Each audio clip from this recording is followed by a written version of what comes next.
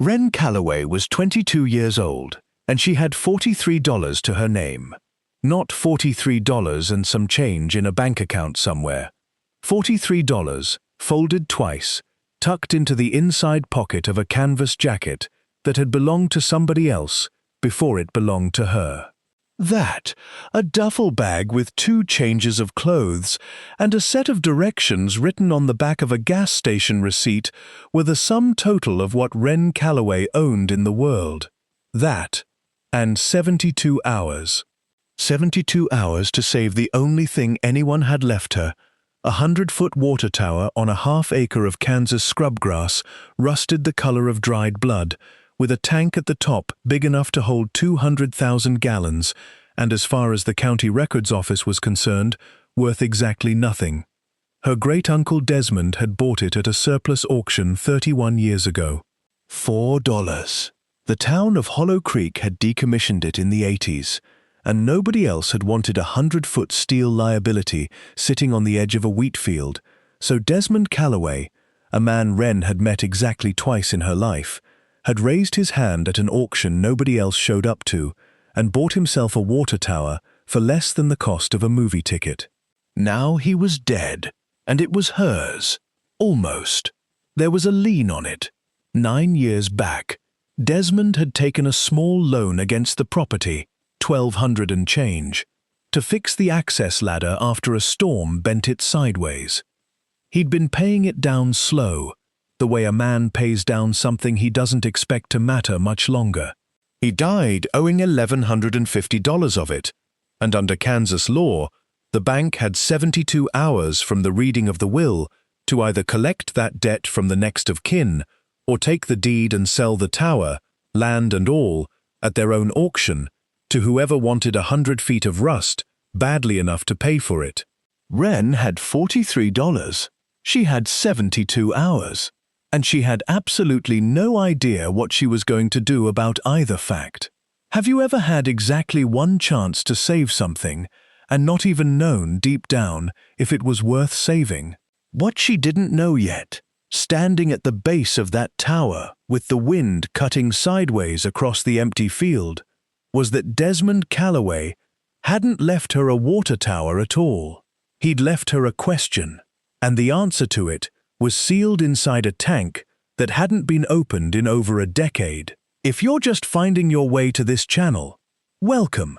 Get comfortable, because this is the kind of story that's better told slow. The wind came in flat and cold across the wheat stubble, carrying the smell of rust and wet steel, and somewhere above her, a loose bolt on the catwalk ticked against the tank wall, over and over, like something counting down alongside her. 72 hours. And the clock didn't care whether she was ready. 3 days earlier, Wren had been sleeping in her car outside a Motel 6 in Wichita, not because she couldn't scrape together the $41 a night cost, but because $41 was 4 days of groceries, and groceries didn't run out on you the way people did. She'd aged out of the foster system 4 years ago on her 18th birthday with a trash bag of clothes and a caseworker named Patty who'd hugged her a beat too long in a Walmart parking lot and said, "You call if you need anything," in the voice people use when they don't expect the phone to ring. Wren hadn't called. She'd learned a long time before that, maybe from the second home, maybe the third. She'd stopped keeping precise count somewhere around the 5th. That needing things out loud was how you got disappointed on a schedule. She worked. She always worked. Warehouse shifts, a stretch waitressing, 3 months doing intake at a call center, until the call center moved to a building she couldn't get a bus to. She kept a bag packed at all times, not out of paranoia, just habit. The same way some people keep a spare key under a rock. You didn't unpack your whole life somewhere unless you trusted the somewhere. The call had come on a Tuesday. A lawyer's office in a town she'd never heard of. A man named Aldous Reyes with a slow, careful voice, telling her that her great-uncle Desmond had passed, and that he'd named her, specifically her, by full name, Wren Elizabeth Calloway, in a handwritten codicil to his will. "Left you the Tower property," Reyes had said, like that would mean something to her. It hadn't. She'd met Desmond Calloway twice, once at her mother's funeral, when she was 9, a tall, quiet man in a jacket too warm for the season, who'd shaken her hand like she was an adult and told her she had her mother's chin. Once more at 14, a single strange visit to whatever group home she'd been in that year. 45 minutes of him asking careful questions about her schoolwork, and her not really answering any of them, and then he was gone again, back to wherever he'd come from, and she hadn't thought about him twice in the 8 years since. She almost told the lawyer to sell it, whatever it was, and mail her the difference after his fee. She had rent to think about. She didn't have room in her life for a dead relative's leftover property. But Reyes had said one more thing before she could say any of that. "There's also a letter. He asked that it only be opened by you, in person, at the property." A pause. "And Ms. Calloway, there's a lien situation you should know about before you decide anything." That was the part that had put her in the car. Not sentiment. Arithmetic. A tower with a debt on it might be worth something, or it might be worth exactly the $1,150 she'd now be on the hook for if she claimed it and then couldn't pay.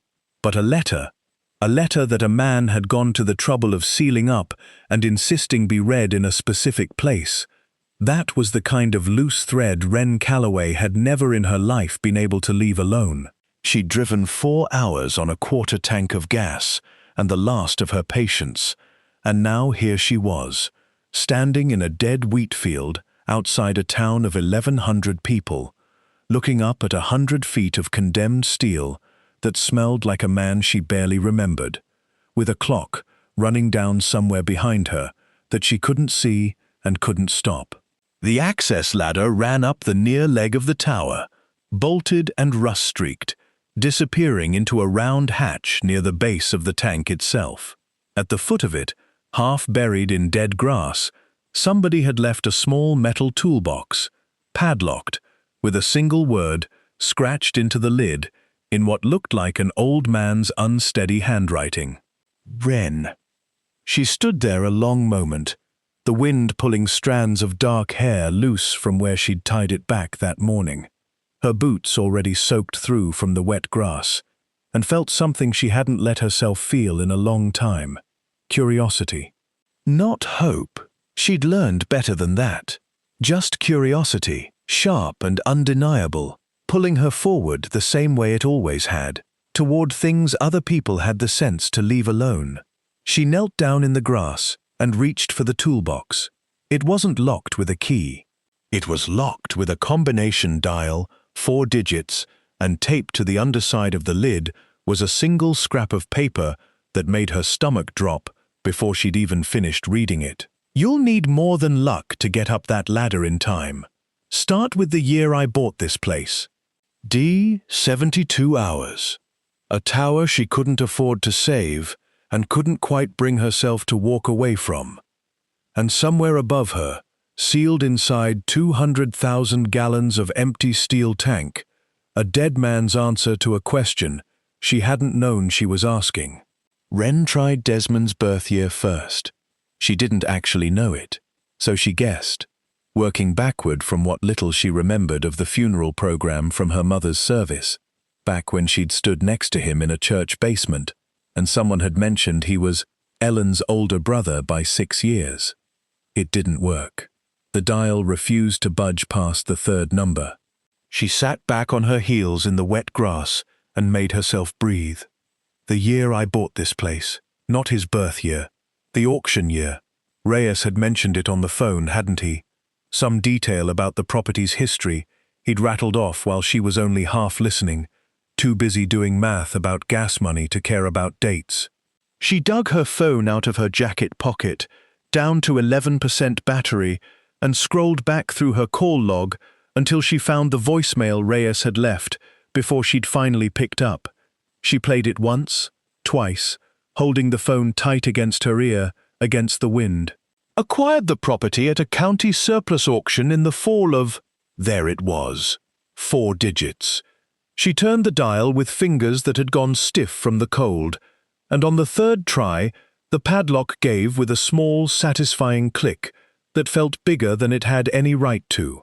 Inside the toolbox, a coil of old rope, a headlamp with dead batteries, a socket wrench set missing 2 sockets, and a single brass key on a length of twine, tied to a laminated card. The card had a hand-drawn map on it, not of the tower, but of the town half a mile down the road. Hollow Creek. Population, according to the faded sign she'd passed on the way in, 1106. One building on the map had been circled in the same unsteady pen as the toolbox lettering. Ruth's? Ask for Hal. Wren didn't know who Ruth was. She didn't know who Hal was. What she knew was that she had a dead phone, a locked tower she couldn't safely climb without proper gear, and a stranger's handwriting telling her to go find a specific person in a town where she knew exactly nobody. She went. She didn't have a better idea. Ruth's turned out to be a diner, the kind with a hand-painted sign and a bell over the door that had clearly been ringing the same note for 40 years. Inside, it smelled like coffee and bacon grease and the particular staleness of a building that had been standing through a lot of Kansas winters. 3 men in feed store caps sat at the counter, and every one of them looked up when the bell rang and didn't look away again for a good long while. Help you? The woman behind the counter was somewhere past 60, silver hair scraped back, an apron that had clearly survived a war. Her name tag said Ruth in letters that had mostly worn off. "I'm looking for someone named Hal," Wren said. She hesitated over how much to say. "I'm Desmond Calloway's niece." Something moved through the diner at that. Not dramatic, just a small shift, cups lowering an inch, one of the men at the counter turning fully around on his stool to look at her properly. "Desmond's niece," Ruth repeated, like she was trying the words on for size. "Didn't know Des had people." "Neither did I, really," Wren admitted, which got the faintest huff of something from the man on the end stool. Not quite a laugh. That man, it turned out, was Hal. Hal Prentice, 71 years old, retired from 38 years running the county's water utility before Hollow Creek's system got absorbed into the regional co-op and put him out of a job he'd loved more than he'd ever admit out loud. He had a weathered, sun-cracked face, hands like old leather gloves, and eyes that studied Wren for a long moment before he said anything at all. "You look like your mother," he said finally. "Saw her exactly once, at Des's sister's wedding. Must be, Lord, 30 years back now." "You've got her chin." Wren's throat tightened unexpectedly. It was the second time in her life a Calloway man had told her that, and the first one was dead now, and this one was a stranger who apparently remembered a wedding she'd never even heard about. "You knew him well?" she asked. "My uncle." Hal was quiet a moment, turning his coffee cup a quarter turn on its saucer. "Knew him 30 years. Wouldn't say I knew him well. Des kept to himself, mostly. After…" He stopped, glanced at Ruth, some unspoken thing passing between them that Wren clocked and filed away without understanding it. "After some things happened, he bought that tower off the county the same year I started running the plant. Everybody thought he was a damn fool. Man had money, or had had money once, and he spends it, spends what little was left of it, on 100 feet of condemned steel nobody else would give $4 for. Why'd he want it? Never said." Hal shrugged, but it was the shrug of a man who had a theory he wasn't offering up for free. "Kept it locked up tight as a bank vault the whole time I knew him. Wouldn't let anybody up that ladder, not the county inspector, not the kids who used to dare each other to climb it. There was talk, time to time, about what he kept up in that tank. What kind of talk? The dumb kind, mostly. Small towns need something to talk about. Hal's eyes were steady on her, though, in a way that suggested he didn't entirely believe his own dismissal. You're not gonna get up there without help, you know. That ladder's not been inspected in a decade, and the hatch mechanism at the top's rusted solid last I heard. And I understand you're working with something less than a generous amount of time. Wren stiffened. How'd you know about the 72 hours? Small town, Ruth said dryly, refilling a coffee cup nobody had asked her to refill. Aldous Reyes's paralegal is my niece's roommate.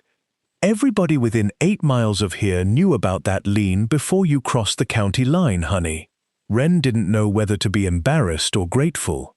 She settled, exhausted, on something closer to the second. I don't have money to pay anybody for help, she said honestly. It felt strange, saying it plain like that to strangers, but she'd learned somewhere along the way that pretending otherwise wasted time she didn't have. I've got $43 and about 68 hours left. The 3 men at the counter exchanged a look that Wren couldn't fully read. Amusement, maybe, or something gentler underneath it. It was Hal who finally set his coffee cup down with a decisive click. Didn't ask you for money, he said. Des Calloway pulled my truck out of a ditch during an ice storm in '06 and never once mentioned it again, not for 30 years, like it hadn't cost him a whole afternoon and half a tank of gas. Man helped people quiet, never made a show of it. I figure I can spare a Saturday for his niece. He stood, joints cracking audibly, and reached for a battered ball cap hanging on the stool beside him. Got proper rope, harness, a ladder inspection kit in my truck bed already, matter of fact. Was gonna use it on my own barn roof this weekend. Roof can wait. Why would you have all that just sitting in your truck? Hal paused at the door, and for just a second, something crossed his weathered face that looked almost like grief.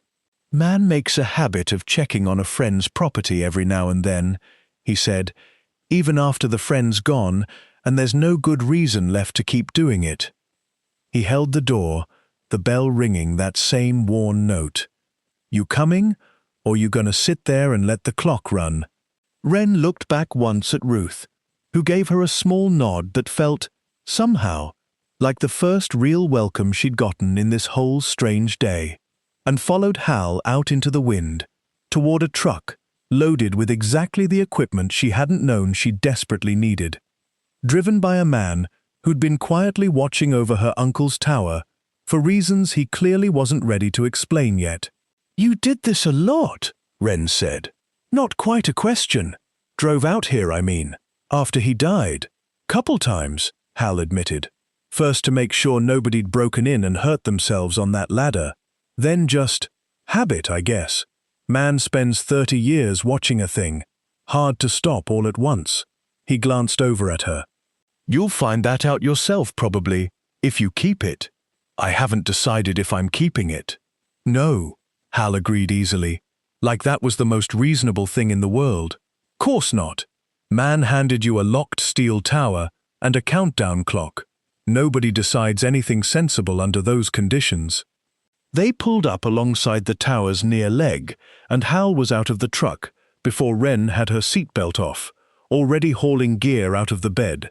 A proper climbing harness, a coil of yellow safety rope, a battered toolbox of his own that looked like it had seen 40 years of honest use.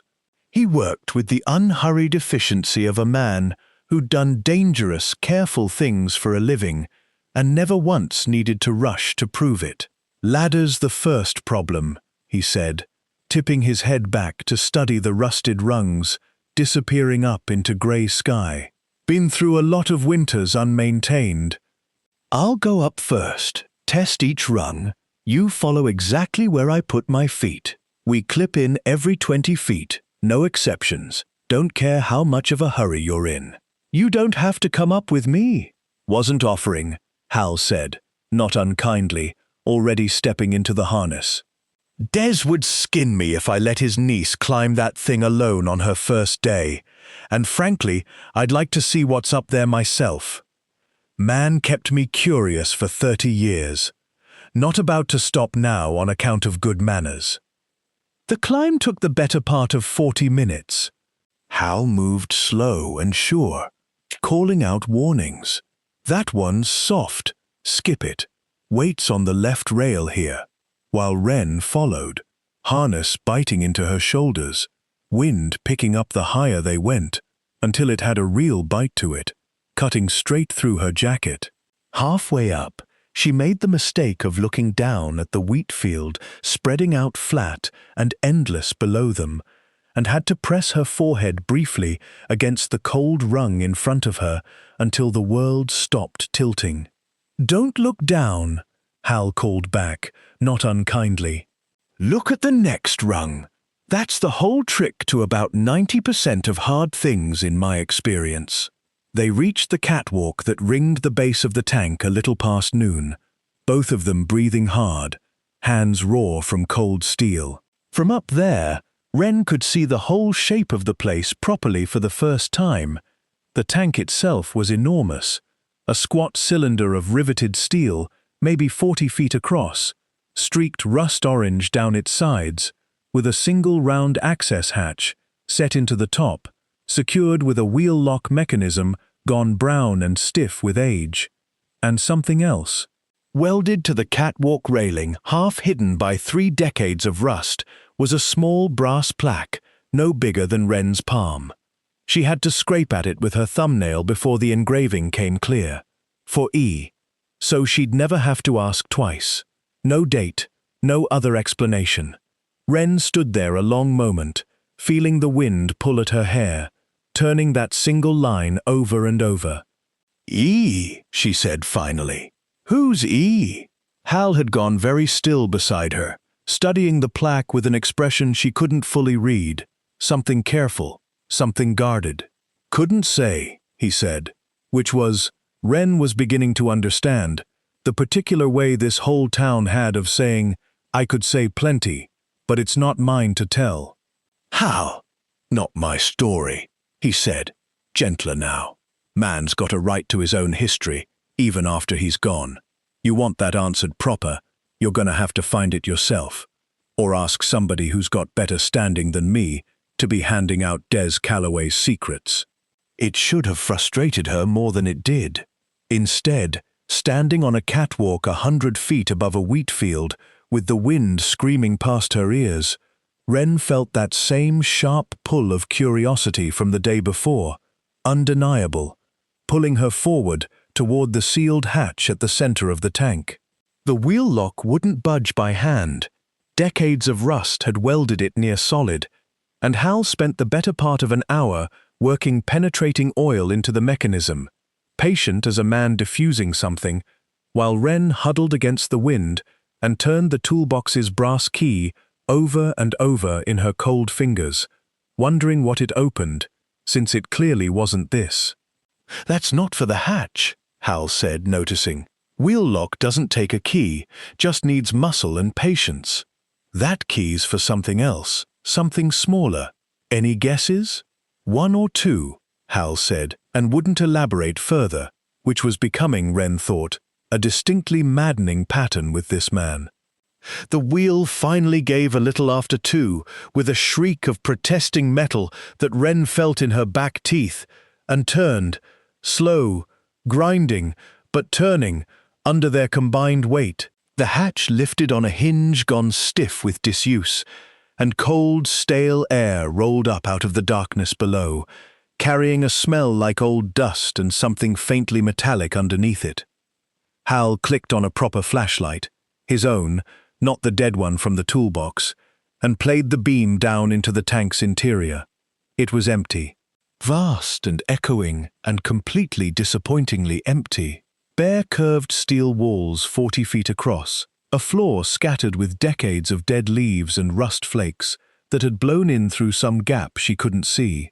Nothing else at all except, near the center of the floor, a single dark shape that resolved, as the flashlight beam steadied on it, into a wooden crate, roughly the size of a footlocker, banded in iron, with a small keyhole set into its front panel.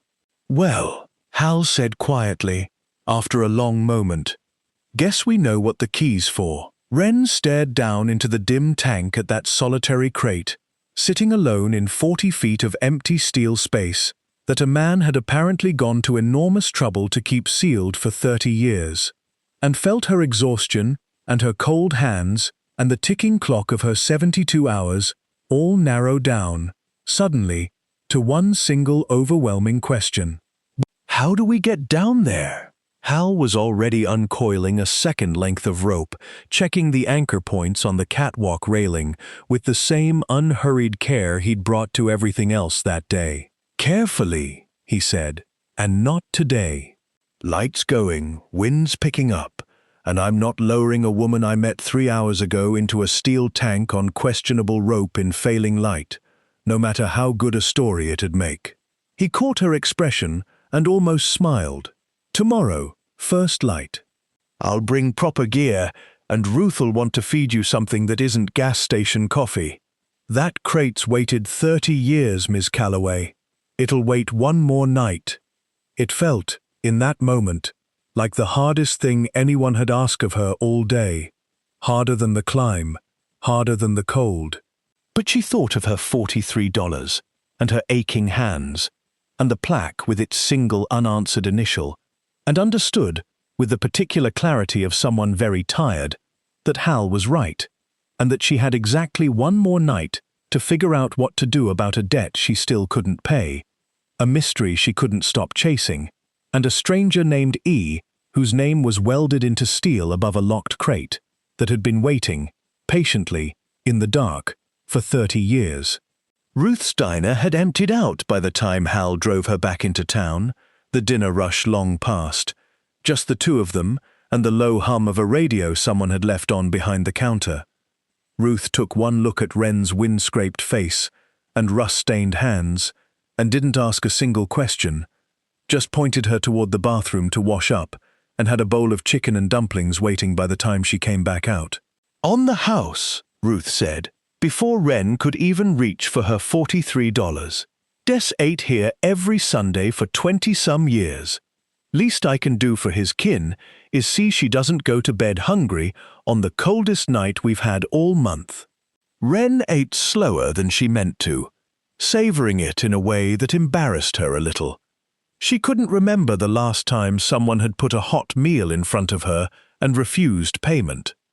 Across the counter, Hal nursed a coffee and made a phone call, low-voiced, and when he hung up, he had the look of a man who'd settled something. "Talk to my nephew," he said. "Runs a locksmith shop 2 towns over. Told him about the crate.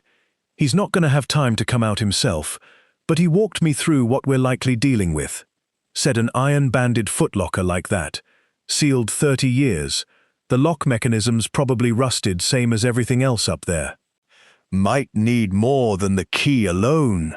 We'll bring a pry bar as backup, just in case. And if the key still works, then we won't need the pry bar," Hal said. "And I'll buy you breakfast to celebrate not having to break a dead man's lockbox." Wren almost smiled at that, the first real almost smile of the whole strange day, and found herself, for just a moment, forgetting entirely about the clock running down somewhere behind her. Ruth put her up for the night in a spare room above the diner that she rented out. She said, "To hunters in the fall, mostly, but it's yours tonight, no charge." It was small and plain. A narrow bed, a dresser with a cracked mirror, a window that looked out over the dark shape of the wheat field, and beyond it, the tower itself. A black silhouette against a sky gone thick with stars, in a way Wren had never seen in any city she'd lived in.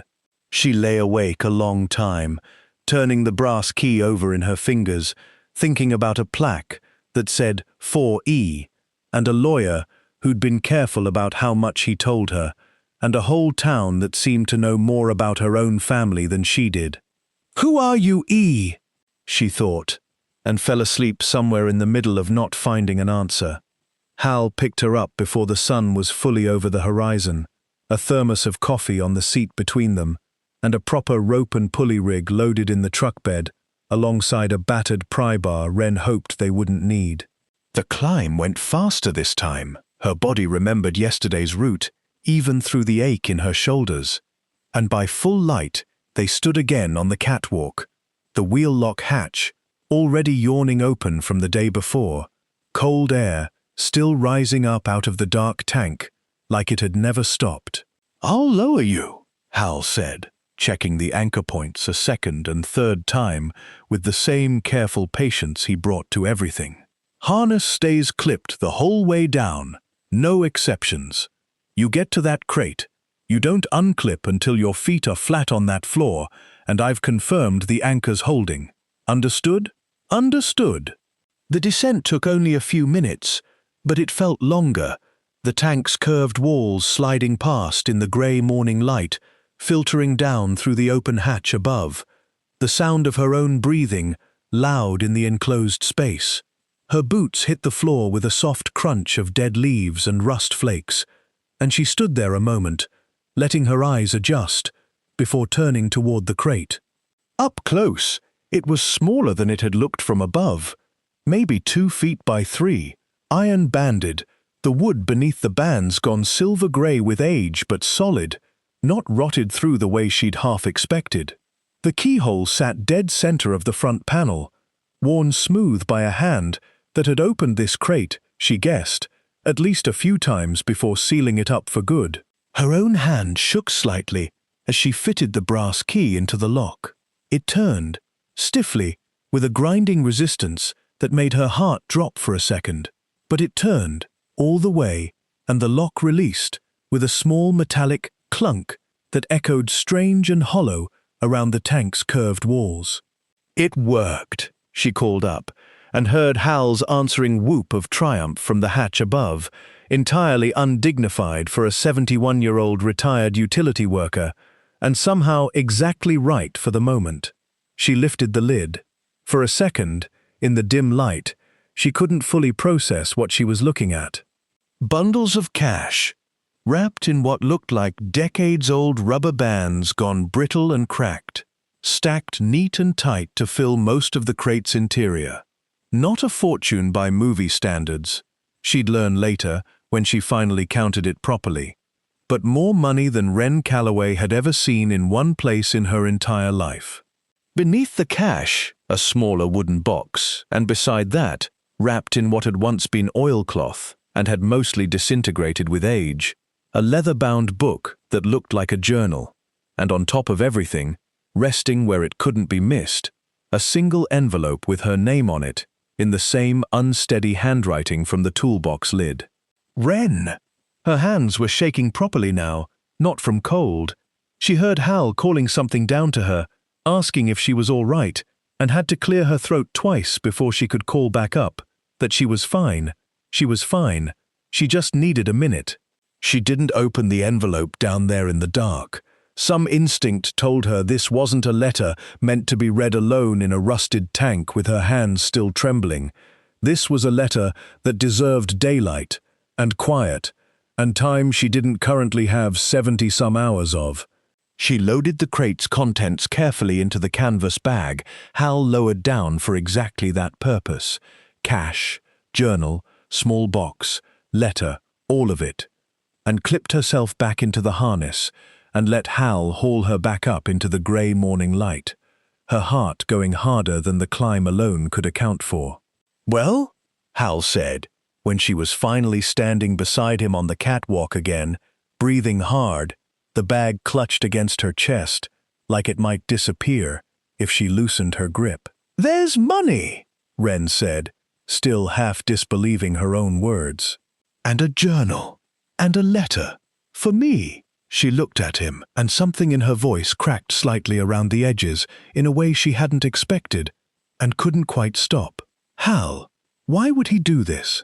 I met him twice in my whole life. Twice." Hal was quiet a moment, looking out over the wheat fields spreading gold and endless in the early light, his weathered face unreadable. "Maybe," he said slowly. "You ought to go find out. There's a bench down by the old rail crossing. Quiet spot. Des used to go sit there some mornings." Might be a good place to read whatever that man wrote you. He started coiling rope, giving her, she understood, exactly the kind of space a person needed to open a letter like this one. I'll get us back down safe. After that, whatever you decide to do, I figure it's between you and him. Wren looked down at the envelope in her hands, her own name written there in handwriting she was only now, slowly, starting to recognize as family, and felt the 72-hour clock, for just a moment, go entirely quiet in her mind, replaced by something that mattered more. The bench by the old rail crossing sat under a bare cottonwood tree, weathered grey, half sunk into ground gone soft with old rain. Hal dropped her there without a word, just a nod and a promise to come back in an hour with the truck, and then she was alone with the wheat stretching flat in every direction, and a canvas bag heavy against her hip, and an envelope with her name on it that she'd been carrying, unopened, for the better part of an hour now. She sat. The wind had died down some since yesterday, just a thin, cold current moving through the dead grass at her feet. She turned the envelope over twice before she finally worked her thumb under the flap and drew out 3 folded pages, the paper gone soft and slightly yellowed, the same unsteady handwriting from the toolbox and the map card. But here, on the page, it settled into something warmer, more careful, the handwriting of a man who'd taken his time over these words. Wren, if you're reading this, it means 2 things. First, that I'm gone, and I'm sorry for that, though I expect by the time it happens, I'll have made my peace with it, same as everybody does eventually. Second, and more important, it means you came. I wasn't sure you would. I wouldn't have blamed you if you hadn't. I gave you exactly 2 afternoons of my company across your whole life, and neither one of them was much to write home about. That's on me, not you. There's a story behind that, and I owe you the whole of it. So here it is, plain as I can manage. Your mother was my baby sister, Ellen. I expect nobody's told you much about her, and that's a shame, because she deserves better than being a name on a headstone to you. She was 7 years younger than me, and when our own mother passed, I was the one who mostly raised her. Badly, I'd guess, being 22 myself, and knowing next to nothing about raising anybody. But we made it work, her and me, until she was grown and gone off to build her own life, and I was proud of her, every single day of it, even the days we didn't speak, which, toward the end, were most of them. I won't lay out the whole falling out here. Suffice to say, I said some things about a man she loved that I had no business saying, and she said some things back that I probably deserved, and pride kept the both of us quiet for longer than either of us had any right to spend on pride. I wrote her letters I never sent. I kept meaning to fix it. And then she was gone, sudden, before I ever worked up the nerve, and I was left with a niece I barely knew, and a debt to a sister I could never repay. Wren had to stop there and press the heel of her hand against her eyes for a moment before she could keep reading. She'd known almost nothing about her mother's family, a closed door her mother herself had rarely opened, and which had shut permanently the day she died. This was the most anyone had ever told her.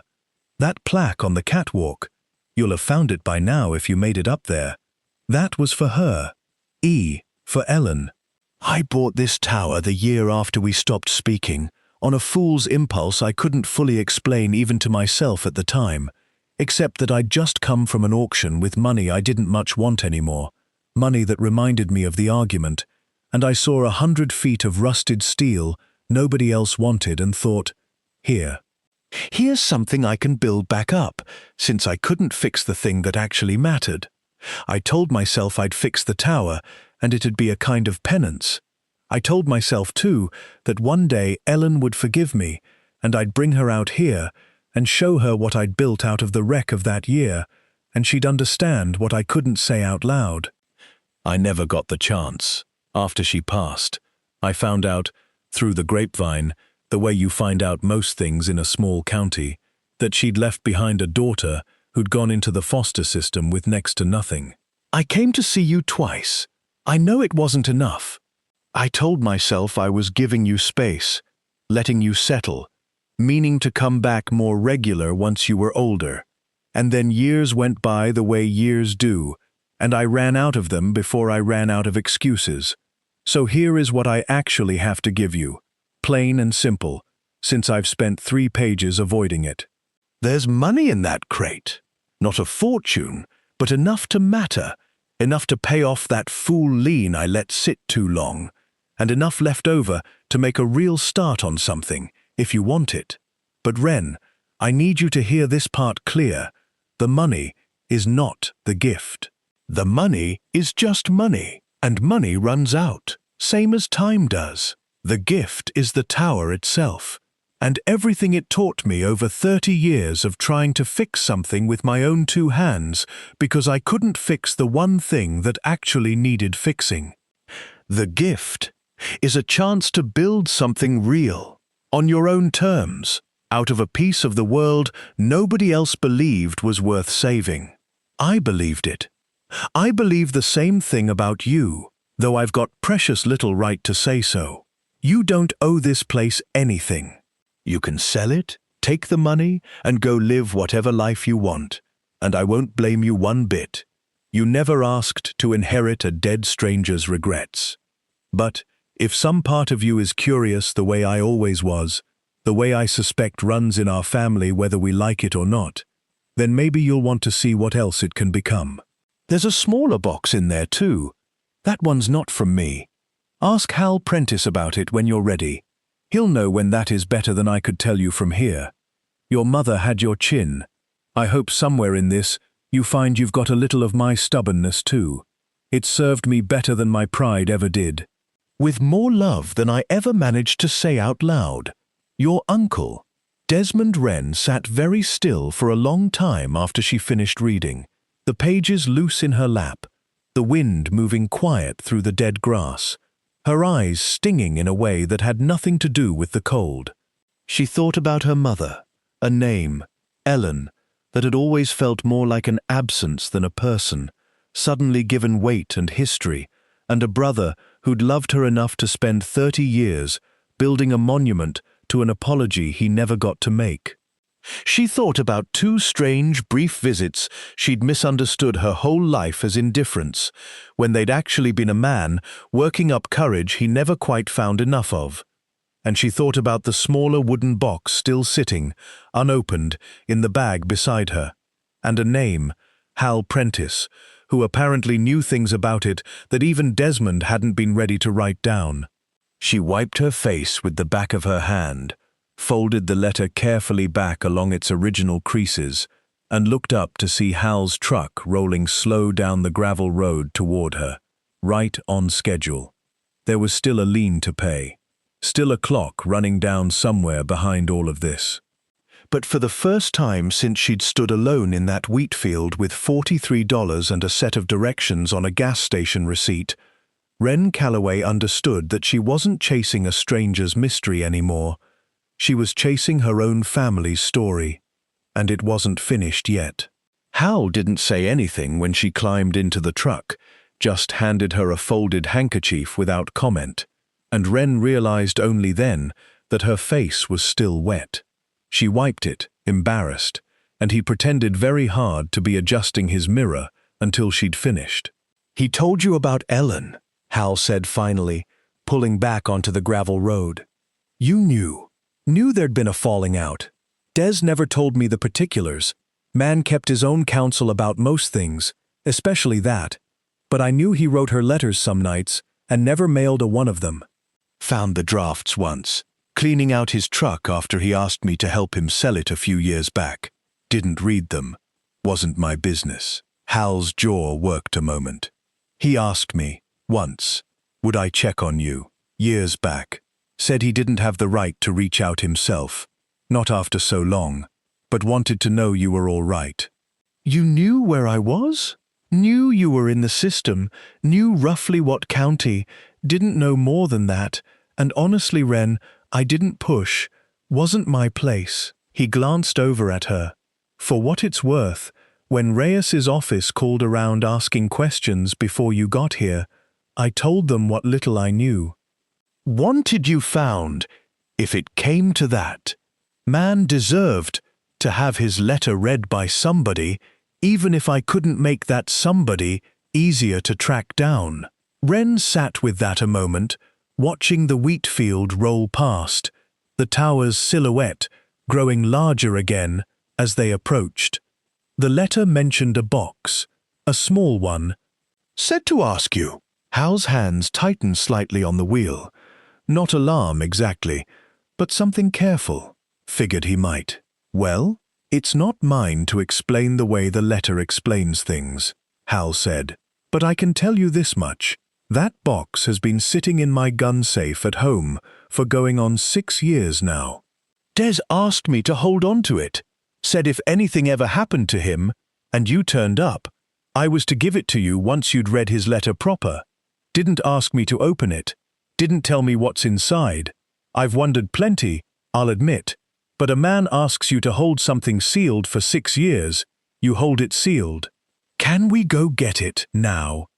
Hal checked the dashboard clock, and something in his expression shifted toward practical concern. We can. But Wren, you've got, what, about 50 hours left on that lean clock. We ought to talk about the money in that crate before we do much else. Bank in town opens at 9 tomorrow. That debt doesn't forgive itself on account of a nice letter. Wren had almost forgotten. The money was still in the bag at her feet, more cash than she'd ever held at once. And somewhere underneath the weight of Desmond's letter, she'd nearly let the actual practical crisis slip her mind entirely. Right, she said, steadying herself. Right. The lien first, the box after. The bank sat on Hollow Creek's single main street, a squat brick building that looked like it hadn't been renovated since the 70s, and the loan officer who eventually saw her, a tired-looking man named Grissom with a coffee stain on his tie, seemed genuinely surprised when Wren counted out $1,150 in cash across his desk, 3 days ahead of the deadline listed in his own paperwork. Where'd you come up with this? He asked, not unkindly, mostly bewildered. Family, Wren said, which felt truer than any longer explanation she could have given. Grissom processed the payment, printed a lien release, and slid it across the desk with the particular satisfaction of a man closing out an old, annoying file. Property's clear, he said. Congratulations. Or condolences. Depending how you feel about owning a 100-foot water tower, Wren folded the release carefully into her jacket pocket, next to the last of her original $43, and walked out onto Hollow Creek's main street into thin winter sunlight, feeling something she hadn't expected to feel this soon, that the tower, rusted, condemned, absurd, was actually, legally, unquestionably hers. She had maybe $6,000 left from the crate, once the lien was paid. Not a fortune, but more than she'd ever had, and hers, and sitting on top of a piece of land that, for the first time in her adult life, nobody could take away from her over a debt she couldn't pay. She found Hal waiting outside on the sidewalk, and something in her face must have shown, because he smiled. A real one. Not the careful half-smile he'd been giving her since yesterday. Feels different, he guessed, owning something outright. Terrifying, actually, Wren admitted. I don't know the first thing about maintaining a water tower. No, Hal agreed, but I ran that plant 38 years, and I've got nothing much to do most Saturdays besides annoy my wife about the barn roof. Figure I could teach you the structural basics, if you're planning on doing anything more with the place than staring at it. What would I even do with it? Hal considered that, looking back down the street toward where the tower's shape was just visible over the rooftops. Des used to talk sometimes about the tank space. 40 feet across, sound as a drum once you deal with the rust. That's a lot of usable square footage most people never think to look at sideways. Studio space, storage, I've heard of fellas out east, converting old towers into little apartments, even, though that's a bigger job than a weekend. He shrugged. Don't know what you're looking for out of a life, Wren. But you asked what you'd do with it. Man left you the start of an answer. Rest is yours to figure. They drove to Hal's place after that, a modest farmhouse a few miles out, a barn with a roof that genuinely did need attention, a wife named Carol who took one look at Wren's tired, wind-burned face and put a second plate on the table without being asked.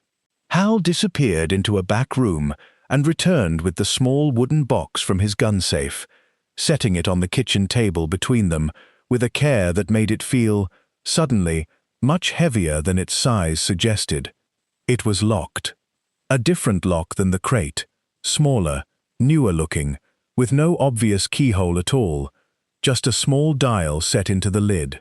A combination lock, just like the toolbox. Wren stared at it, exhaustion and curiosity warring in her chest in equal measure, and felt the sharp, familiar pull of another unanswered question stacking up on top of all the others this strange week had handed her. Any guesses what the combination might be? Hal asked, watching her face. Wren thought of the toolbox note, start with the year I bought this place, and of a man who'd apparently built his whole life, these past 30 years, around dates that mattered only to him and the sister he'd lost. I think, she said slowly, I might actually have an idea. She tried Ellen's birth year first. The dial resisted at first, old mechanism, stiff with disuse. But on the second try, the small lock gave with a soft click, and Wren lifted the lid with hands that had gone unsteady all over again. Inside, a photograph, black and white, edges gone soft with handling. 2 kids, a boy maybe 14, and a girl no older than 7, standing in front of a much newer-looking version of the same water tower, both of them squinting into the sun, the girl missing a front tooth, the boy's arm slung protective around her shoulders. On the back, in handwriting Wren now recognized instantly, Des and Ellen. The summer the tower still worked. She used to say the water inside sounded like the ocean, though neither of us had ever heard the real thing. Beneath the photograph, a second item, a small tarnished silver locket, the kind Wren had only ever seen in movies, on a chain gone dull with age. She opened it carefully. Inside, a tiny curl of pressed flower, faded past recognizing what kind, and an engraving too small to read without better light. Carol fetched a magnifying glass from a kitchen drawer without being asked, the kind of quiet, practical kindness Wren was starting to recognize as this town's particular love language. EC and DC, sister always. Christmas, the year before. The year before what? Wren asked, mostly to herself. Hal's face had gone carefully unreadable again, and it was Carol, this time, who answered, gentle but direct in a way her husband hadn't quite managed. The year before the falling out, I'd guess, Carol said. Des gave your mother that locket, the last good Christmas the two of them had together. Held onto it himself after. Couldn't bring himself to keep it in his own house, from what little Hal's told me over the years, so he had it locked away instead. Guess he wanted you to have it, once you were ready. Wren closed her hand around the locket, the metal cold against her palm, and felt the full weight of the week finally start to catch up with her all at once. The exhaustion, the climb, the letter, and now this, a physical piece of a mother she barely remembered, held onto for 30 years by a man too proud and too wounded to reach out while he still had the chance. She didn't get much further into that thought before her phone rang. It was Reyes, the lawyer, voice tight in a way it hadn't been before. Ms. Calloway, I need you to head back out to the property immediately. County inspector's out there right now. Someone reported the open hatch to the utility co-op, and they're treating it as an unsecured structural hazard. There's talk of forcing an emergency condemnation order before you've even finished settling the estate. Wren's stomach dropped. They can do that. I just paid off the lien this morning. The lien and structural safety are two separate issues, unfortunately. If the inspector rules the tower an active hazard, the county can move to demolish regardless of ownership status. And given how long it's sat unmaintained, that's a real possibility. You need to get out there and make your case in person. And honestly, Ms. Calloway, you'd do well to bring anyone who can speak credibly to that tower's structural condition. Hal was already reaching for his truck keys before Wren had finished repeating the news out loud, jaw set in a way she hadn't seen from him yet. Quiet fury, controlled and purposeful. 38 years, I certified structural integrity on half the water infrastructure in this county, he said, grabbing his old work jacket off its hook by the door. I know exactly what that inspector's going to be looking for, and I know exactly what he's going to miss if he rushes it. Let's go. They made the drive back to the tower faster than either trip before, gravel spitting under the truck's tires, and arrived to find a county SUV parked at the base of the ladder and a man in a hard hat standing with a clipboard, already halfway through writing something that did not look promising. Inspector Dunning, Hal said, climbing out before the truck had fully stopped, his voice carrying the particular authority of a man who used to hold exactly this job. Whatever you're about to write down, I'd ask you hold off 5 minutes and let me walk you through what you're actually looking at. Dunning, younger than Wren expected, maybe 40, looked between Hal and Wren with open suspicion. This structure's had an open access hatch reported, no permits on file for recent work, and a support leg showing visible corrosion from the ground. That's grounds for an emergency safety hold at minimum, possibly worse. The hatch was opened yesterday, under proper harness protocol, by me, 38 years running this county's water infrastructure, before you had your license, if that means anything to you, Hal said, steady but firm. Corrosion's surface level on that leg, and I'd bet good money you haven't actually climbed up to check the load-bearing welds yet, because if you had, you'd know they were reinforced in the 90s, back when Des Calloway had proper work done that just never made it into whatever paperwork you're going off. That's a significant claim without documentation. Then let me show you, Hal said, instead of standing here arguing about it while the light goes. What followed was the longest hour of Wren's week, Hal and Dunning climbing together while she waited at the base of the tower, her chest tight with a fear that had nothing to do with heights and everything to do with the sudden, sickening possibility that she could lose the tower now, after everything, to a county form and an inspector's bad afternoon. She thought about the letter in her jacket pocket, about a photograph of 2 kids squinting into long-ago sunlight, about a locket she was still, absurdly, clutching tight enough to leave marks on her palm.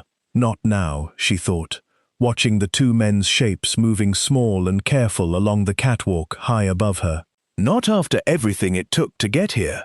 When they finally came back down, Dunning's expression had shifted from suspicious to something more measured, though not yet fully reassured. Welds are sound, he admitted, closing his clipboard part-way. I'm not clearing this outright. You'll need a certified structural engineer's full report within 30 days. Proper documentation this time, and the hatch stays secured with a proper lock until then, not just closed. But I'm not issuing an emergency demolition order today. 30 days. A real deadline, but a survivable one. Nothing like the brutal 72 hours she'd started this week fighting against. Wren let out a breath she felt like she'd been holding since the phone rang, her legs suddenly unsteady beneath her, the locket still warm from her own grip in her closed fist. Thank you, she managed, to both of them. Don't thank me yet, Dunning said, not unkindly, packing up his gear. 30 days isn't forever. Get that engineer's report, Ms. Calloway. I'd hate to be back out here with worse news next time. He drove off, leaving Wren standing in the gathering dusk beside a tower she'd nearly lost twice in as many days, with a locket in her hand, a letter in her pocket, and 30 new days stretching ahead of her. And, for the first time, someone standing solidly beside her who actually knew how to help her use them. The 30-day reprieve should have felt like relief. For the first 2 days, it mostly felt like a held breath Wren still hadn't let go of. She stayed on in Hollow Creek, Ruth's spare room becoming less of a temporary arrangement and more of an actual living situation, an arrangement neither of them had formally discussed, but that both seemed to understand without needing to. She spent her mornings with Hal, learning things she hadn't known she needed to know: how to read corrosion patterns, how to test a weld by ear and feel, how to price out a structural engineer's report against the $6,000 she had left and still have enough to eat. The engineer, when they finally found one willing to drive out to a decommissioned tower in the middle of a Kansas wheat field, was a brisk, no-nonsense woman named Priya Anand, who spent 4 hours going over every inch of the structure Hal had access to, and came away with a verdict that was, at least, not immediately catastrophic. "Legs and primary welds are solid," she told Wren, spreading photographs across the hood of her car. Whoever reinforced this in the 90s did it properly. "But you've got significant surface corrosion across the tank exterior that needs addressing within the year, and the interior." She tapped a photo of the tank's curved wall, the one Wren had stood inside 2 weeks ago, retrieving a crate that had changed everything. "Needs a proper coating if you want to use that space for anything beyond storage." "That's not cheap work. I'd estimate 18 to 25,000, depending on how ambitious you get. $18 to $25,000. Wren had 6,000 and a part-time job waiting tables at Ruth's that covered her rent and groceries, and not much else. The number sat in her stomach like a stone the rest of that day. It was the first time since she'd arrived in Hollow Creek that the old, familiar doubt crept back in. The same voice that had gotten her through 4 years of aging out of foster care, warehouse shifts, motel parking lots. You don't get things like this. Things like this fall apart right when you start to believe in them. She'd built a life, once before, out of expecting exactly that, and some worn, exhausted part of her wanted, badly, to just accept it now and save herself the disappointment later. She didn't tell Hal or Ruth about the number for 2 full days. She kept working her shifts, kept nodding along to Hal's patient explanations of load ratings and rust inhibitors, and quietly, privately, started composing in her head the version of events where she sold the property to whoever wanted a half-finished renovation project, took what money she could get for it, and went back to the kind of life she at least knew how to survive. It was Ruth who finally caught her at it. Not through anything Wren said, but through the particular quiet Wren had gone in the days since the engineer's visit. "You're doing the thing," Ruth said one slow afternoon, wiping down the counter across from where Wren sat over a cold cup of coffee. "The thing where you've already decided to lose something before it's actually lost." "I don't know what you mean." "Honey, I've run this diner 31 years.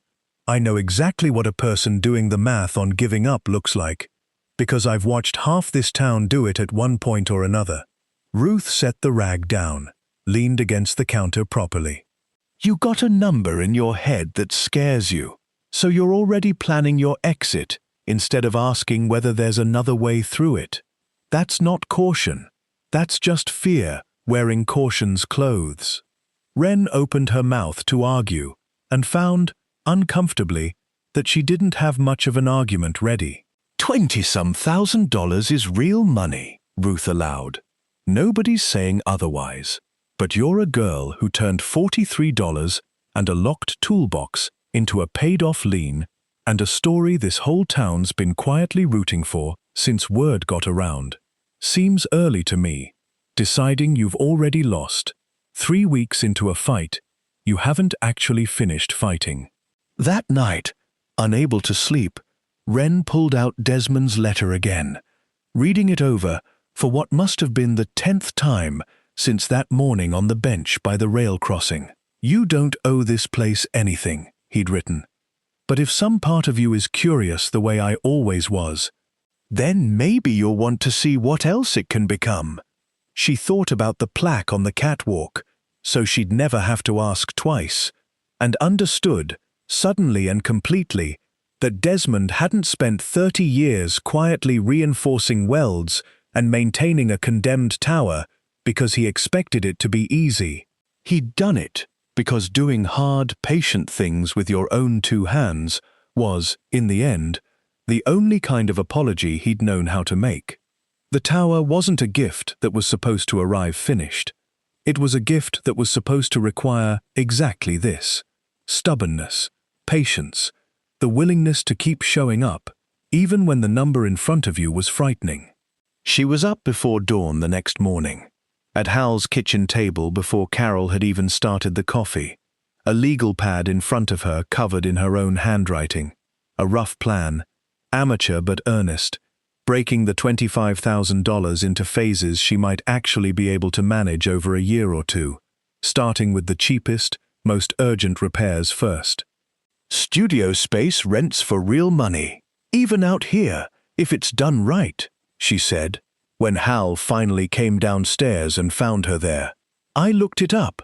If I can get even the ground level converted first, safe, weatherproofed, presentable, I could rent it out, use that income to fund the rest of the work over time, instead of needing it all up front. Hal read over her rough numbers for a long, quiet moment, and when he looked back up at her, there was something in his face that looked almost like pride. That, he said, sounds like a plan your uncle would have recognized. Slow, stubborn, built one honest step at a time. He poured himself coffee, and hers too, without asking. Took you 3 days moping around Ruth's counter to get back to it, though. Figured you had more fight in you than that. I had a scare, Wren admitted. Everybody does, Hal said simply. Questions never whether you get scared. Questions whether you let it be the last word. Work began within the week. Slow, careful, exactly as stubborn as Wren had promised herself it would be. She spent her days waiting tables at Ruth's and her afternoons up the tower's ladder. Now with a proper permanent safety rig, Hal had helped her install, scraping rust and applying the first coats of a protective sealant Priya Anand had recommended. Hal came most days, sometimes just to supervise, sometimes to work alongside her in a comfortable silence that had become, over the past month, one of the steadiest things in her life. Word had gotten around town the way word did in Hollow Creek, not through any announcement Wren made, just the slow accumulation of people noticing a girl climbing a condemned water tower every day with paint-stained hands and an expression that had stopped looking quite so tired. A few of the men who'd sat wary and watchful at Ruth's counter that first afternoon started stopping by the property some evenings, unasked, the way Hal had, one to help her run electrical conduit up the tower leg, another, a retired contractor named Silas, who'd known Desmond only in passing, to donate a stack of leftover insulation panels he'd been meaning to get rid of anyway. "Man'd be pleased," Silas told her, hauling panels out of his truck bed, seeing this place come back around.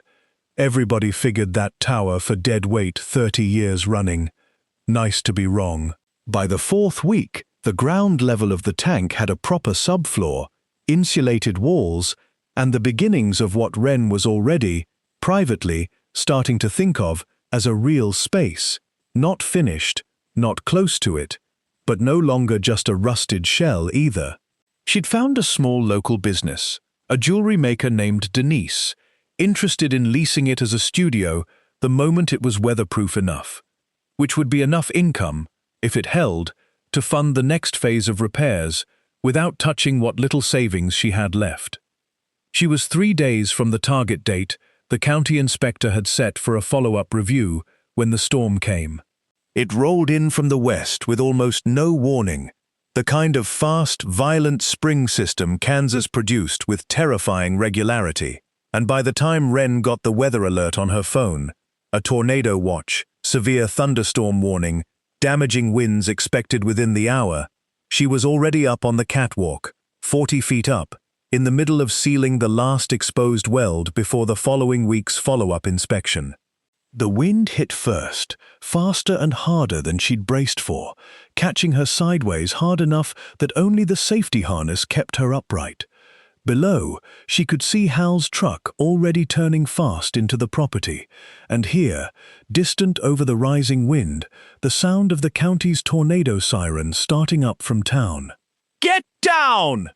Hal was shouting, already out of the truck, waving her toward the ladder. "Ren, now. Storm's rotating. Radio says it's tracking straight toward the county line."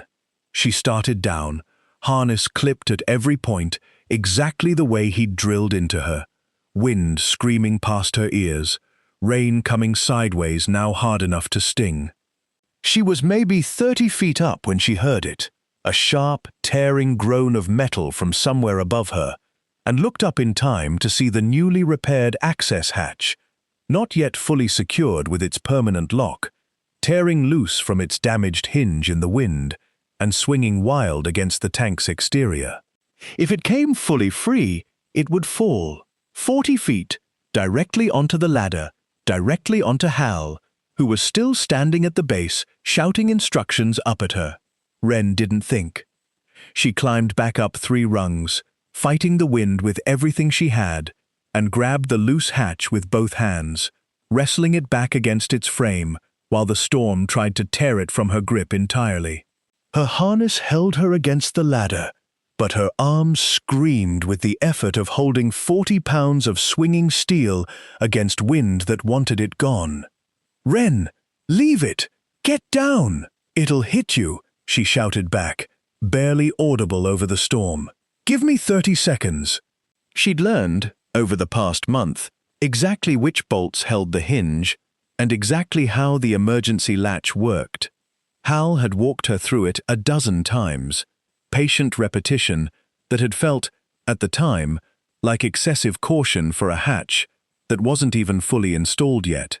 She found the latch, now by feel more than sight, rain blinding her, and forced it home with the last of her strength, the hatch shuddering once against the wind and then, finally, holding.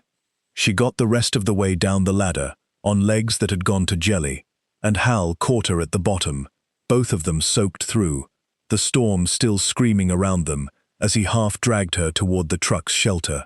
"That was reckless," he shouted at her, over the wind, though his hands on her shoulders were checking for injury more than expressing anger. "It would have killed you if it fell, and it could have killed you up there." But something in his face, even furious and soaked and afraid, held something like awe underneath it. "Where'd you learn that latch mechanism that fast?" "You taught me," Ren said, breathless, shaking with adrenaline and cold. "A month ago. I didn't even think about it. It was just there." The storm passed within 20 minutes, tracking north of town, doing damage to a grain silo 8 miles out, but sparing Hollow Creek itself. By the time the sky cleared, gone that particular scrubbed, golden-color storms sometimes left behind, Ren and Hal stood together at the base of the tower, both soaked, both shaking slightly from adrenaline, looking up at a hatch that had held, a structure that had held, because a month of patient, stubborn, unglamorous work had actually meant something when it counted. "You know," Hal said finally, quiet now, the storm's fury entirely spent. "Your uncle used to say something, back when I first knew him, said the whole point of building a thing properly, slow and careful, wasn't really about the good days. Said you build it careful so it holds on the one bad day you didn't see coming." Ren looked up at the tower, repaired, tested, standing, and felt something settle into place inside her that had been unsteady since the day she'd first stood in this same wheat field with $43 and nowhere else to be. "I think," she said, "I finally understand what he meant." 6 months later, the studio space at the base of the tower had its first tenant properly moved in, Denise, the jewelry maker, her workbench set up beneath windows Ren had cut into the reinforced lower wall, natural light falling across a space that had spent 30 years in complete darkness before Wren ever climbed that ladder. The rent wasn't much, not yet, but it was steady, and steady had turned out to be worth more to Wren than any single windfall could have been. The tank's upper section was still a work in progress. Wren had scaled back her ambitions for it after the storm, settling on a simpler plan than apartments or anything grand. A proper community space, she'd decided, something Hollow Creek's 1,100 residents could actually use, since half the town had shown up one way or another to help her save the thing. Silas had already offered to help build out folding tables for it. Ruth wanted to host her Thursday knitting group there once the heating was in. Wren still worked shifts at the diner most weeks. The tower wasn't paying her a living yet, and she'd learned, this past year, not to be ashamed of building slow. She'd moved out of Ruth's spare room and into a small rental 2 streets over, close enough to walk to the property most mornings, far enough to feel like her own life, rather than someone's guest room. She kept the locket on a chain now, tucked under her shirt, where it sat warm against her skin most days. She'd hung the photograph of young Desmond and Ellen in the studio space, framed, a small plaque beneath it that mirrored the one still welded to the catwalk above, for Ellen, and for everyone who came after her. The lawyer, Reyes, had called once more, a few months back, mostly to close out the last of the estate paperwork. Almost as an afterthought, he'd mentioned that Desmond's file had included a standing instruction, set up years earlier and never rescinded, a small trust, modest but real, that Desmond had quietly funded for years, meant to help any young person in the county who aged out of foster care with nowhere else to turn. Reyes hadn't known, until pulling the full file, that Desmond had structured it that way specifically after learning what had happened to his own niece. He never told anyone, Reyes had said, just funded it quiet, every year, and let the county handle the applications, so nobody ever connected it back to him. Wren had cried about that longer than she'd expected to, alone in her rental, the phone still warm in her hand. It fit, somehow, with everything else she'd learned about her uncle, a man who couldn't fix the one relationship that had mattered most to him, so he'd spent the rest of his life quietly, invisibly, trying to make sure other kids like her had somewhere softer to land than he'd managed to give her himself. She'd asked Reyes, that same call, whether she could add to that trust once the tower started earning properly.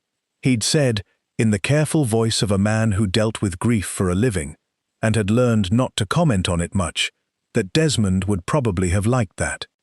On a clear evening in early autumn, Wren climbed the tower's ladder alone, for the first time in months, not to work, just to sit on the catwalk the way she imagined Desmond must have, some evenings, 30 years ago, looking out over the same wheat field, turning gold in the same slanting light.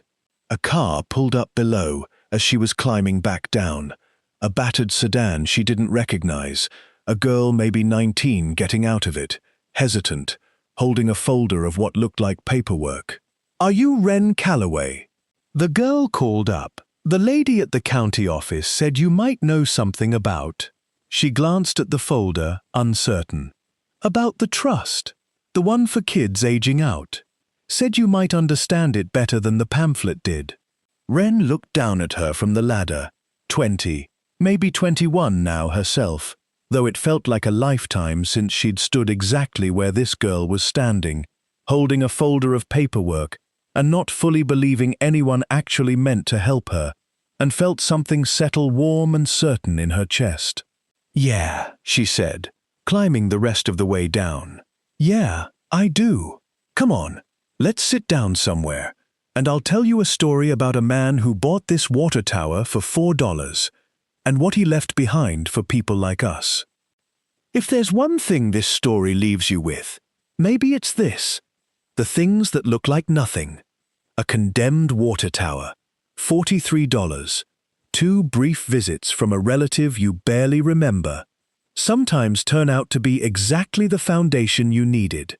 if you're stubborn enough to keep showing up for them. Desmond Calloway spent 30 years trying to build an apology out of rusted steel, and in the end, what he actually built was a beginning for someone he'd only just started to know. If this story moved you, stick around. There's another one waiting, and this town's got more than a few worth telling. Subscribe, and I'll see you in the next one.